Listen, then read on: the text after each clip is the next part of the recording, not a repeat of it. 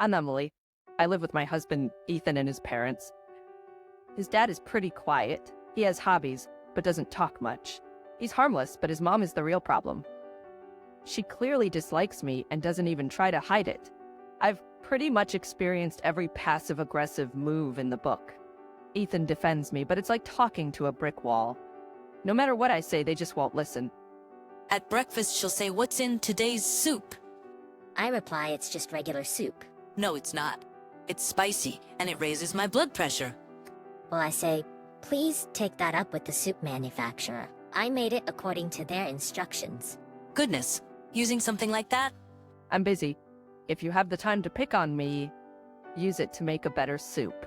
Mom, maybe practice cooking first? That one time you made that slimy soup was a disaster. That was just one mistake. Stop bringing it up. I'm done with this. All right, please clear the dishes. You always leave them stuck on. I don't know what you're talking about. With that, she slams the door behind her and leaves the dishes as they are. She's always like this, quick to criticize, but never actually doing anything herself.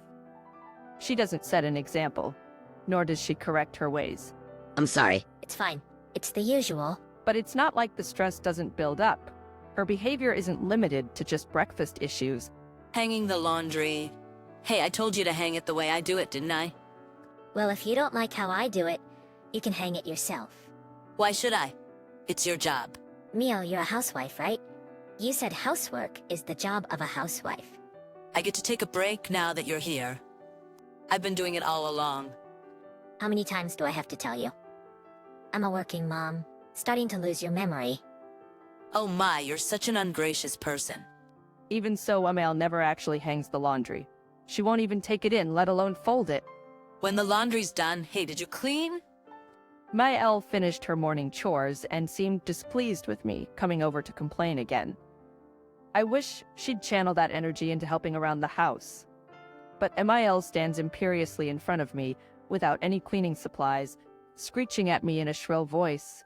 Annoyed, I retort, the Roomba's handling it. She turns red and fumes. You're slacking off. I'm not. I clean regularly. In my day, I swept the floors every day. Nowadays, we don't sweep every day, and I do a thorough cleaning once a week. Once a week? That's why I let the machine handle the detailed cleaning. Would you like to show me how it's done? It's your job. So I let the machine take care of it. Now, if you'll excuse me, I have work to do. You act so high and mighty for someone who doesn't do much. Mother-in-law dislikes everything I do and complains at every turn. This holds true even when relatives gather. She keeps bullying me in front of them. Nothing seems to have changed this year either. Long time no see. How have you been? You look well, Linda. I didn't ask you, did I? Before greeting Linda, mother-in-law gives me a sharp look and waves me off with her hand. No need to be like that. You seem unchanged as well. Same old, always so cheeky and annoying. Why can't we all just get along? I'm trying to get along. I'm offering guidance.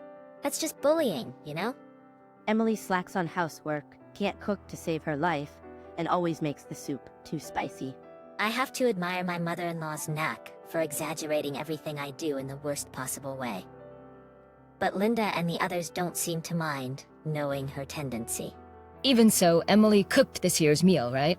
Yes, I did. How's the taste? It's delicious. You could have just used store-bought, you know? I could have bought something, but using store-bought feels like admitting defeat, something I can't bring myself to say. Besides, I don't actually hate cooking, as long as there's no one to complain, that is. Exactly. Since you're not good at it, just use store-bought. Didn't you say store-bought was unacceptable for the end of the year? I never said that. I remember a conversation we had at the end of the year. Emily, what are you planning for New Year's dishes? Well, I should start prepping soon. Prices are going up. I could have bought something, but using store-bought feels like admitting defeat, something I can't bring myself to say. You're buying it? I was a bit irritated by her presumptive tone, so I retorted, "No, I'll make it myself." Her usual lack of listening skills is almost impressive. You said it's getting expensive, which means you're buying it. If you knew it was pricey, you should have ordered early. Oh, stop making excuses. I'm tired of this. Can we drop it? How rude. disrespecting your elders like that?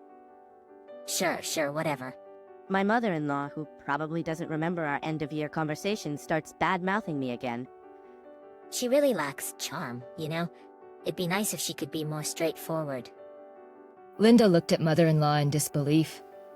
Emily, I'm impressed you put up with mother-in-law like that. What do you mean? Exactly what I said. I didn't ask you. No, seriously, that's what I mean. Well, it's fine. I'm actually planning to move out soon. What? Wait, why? Are you thinking of divorcing? I mean, if it were just mother-in-law, I'd consider it. What about Ethan? Oh, didn't I mention? We're moving out. What? What do you mean? We're relocating. Mom insisted we live with her, but she won't stop harassing Emily and doesn't lift a finger around the house. So we're okay to move. I see. That's great. The person you can't stand is leaving. Thank you for your help. Do you think you can just do that? Of course, we're not children. Neither is Emily. There's no way your dad would allow it. My father said it's fine. No other way around it. Neo looked worriedly at Phil. But Phil just nodded. It's your fault they're leaving in the first place. We have nothing to leave behind here. Even the house is a rental. It won't be a problem. They've agreed to take care of the funeral costs, at least. With that, father-in-law stood up and handed mother-in-law some papers. It's time for us to end this. I can't live with a woman who enjoys tormenting people. What father-in-law handed over was divorce papers. It turned out father-in-law was more observant than he seemed. Noticing his wife wasn't doing her chores and was bullying me, it got him thinking. When his son Ethan discussed moving out, he made up his mind to divorce. So where am I supposed to live? You're an adult. Go wherever you want. Dad is leaving too. I'm leaving in 3 months. You'll need to vacate this place. You've got enough time to figure something out, like finding a live-in job or something. I'm not a monster. I'll leave you a good amount of money. Miel seemed unable to keep up with this sudden turn of events. For now, please rest in your room, she was told as she was guided to her bedroom. Linda, I'm sorry for involving you, especially at a festive New Year's gathering. Why apologize? This is a wake-up call. And if you're making a new decision, then it's something to celebrate. Perfect for the new year. Linda responded, laughing heartily. After the New Year's commotion, mother-in-law became a recluse. I felt a bit guilty, but didn't know what to do for mother-in-law. I felt a bit guilty, but didn't know what to do for mother-in-law, who was in this situation due to her own actions. So for now, I slipped some pamphlets of affordable rental apartments through the gap under her door. Places she could afford with the savings father-in-law had told me about. For a while, I heard her sobbing from inside the room, but since she's alive, she should be fine. The food I placed outside her room is also completely gone. After some time, perhaps realizing we were not paying attention to her, mother-in-law left the house for a few days. We, on the other hand, continued our lives as usual without being particularly concerned. When mother-in-law returned, she exclaimed, "Why aren't you worried about me?" Ah, welcome back. You're an adult. I figured you might be traveling or talking to real estate agents. We would hear from you if something came up. Perhaps this was not the reaction mother-in-law was expecting, as she retreated to her room again, saying, "Fine." That's when I said you can keep to yourself. But you really should decide on a place to live soon. Last-minute rentals limit your options, and you won't be able to hire movers. Noting that I wasn't there to comfort her, she retorted, "This is all your fault in the first place. What is? You marrying Ethan, that's what." We did get your approval, you know. Although, to be honest, we're in an era where we could get married without it. I didn't like you from the first time you were brought here. You seemed too cheeky. I was polite. It was my mother-in-law who ignored me. So I figured she wasn't interested in having a good relationship. That's why I refused to live together in the first place. Truth be told, living together was never part of the original plan. I knew I didn't get along with my mother-in-law, and Ethan wasn't keen on the idea either. But we moved in because it was becoming hard for them as they aged, and my father-in-law asked us, probably, it was hard to stomach my mother-in-law's bad cooking day after day, and she wanted someone to do the household chores for her. Now, I think she suggested living together just to make my life miserable. Vince, I just thought you needed some discipline. But when I first came, the house was a mess. The house was terrible when we first moved in. It was cluttered, barely any floor to walk on, papers overflowing from shelves, dusty furniture everywhere.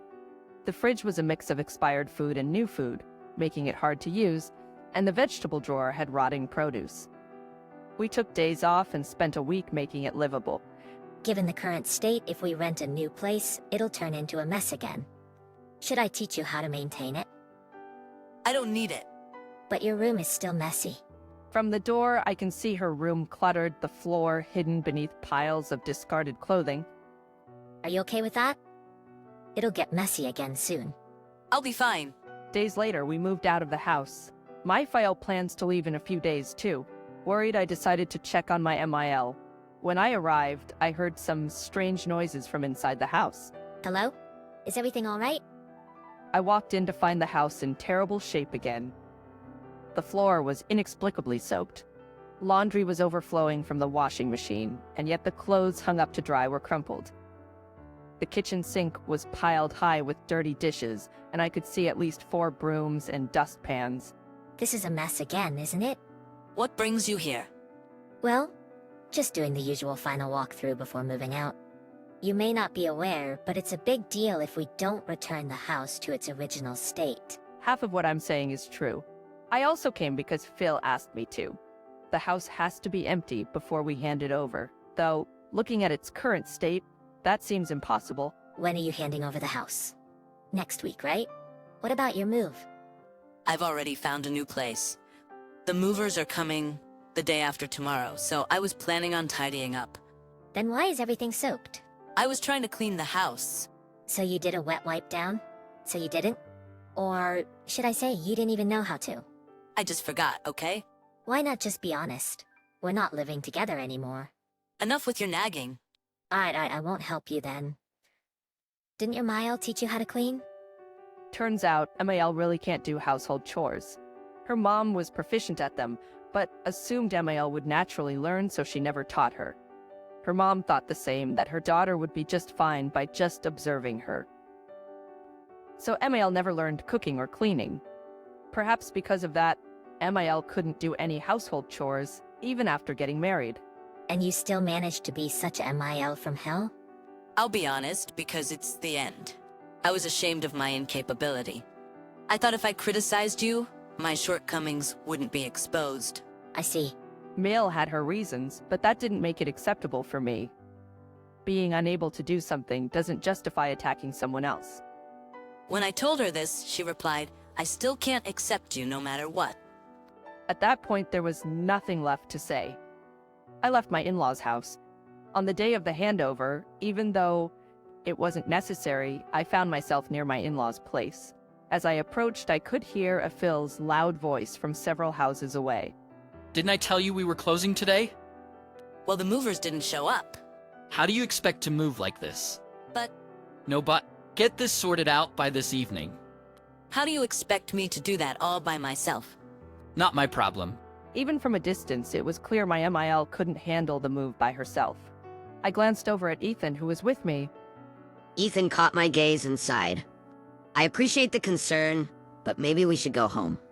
I can't drag Emily into this mess. Oh, come on. I feel sorry for her. I really didn't, but I made a pitiful face for Ethan's sake. Inside, I was trying hard not to burst into laughter. Holding back giggles, I looked down, and Ethan must have mistaken it for crying. You're so kind, even after what she did. Let's go home. No more heartache. Yes, I'm sorry. As I wiped away a tear brought on by suppressed laughter, Ethan looked even more sympathetic. Feeling relieved, I thought there would be no more MIL issues from now on. I did feel a bit guilty about my Phil, but he was also to blame for neglecting her. I hope he steps up for the final leg.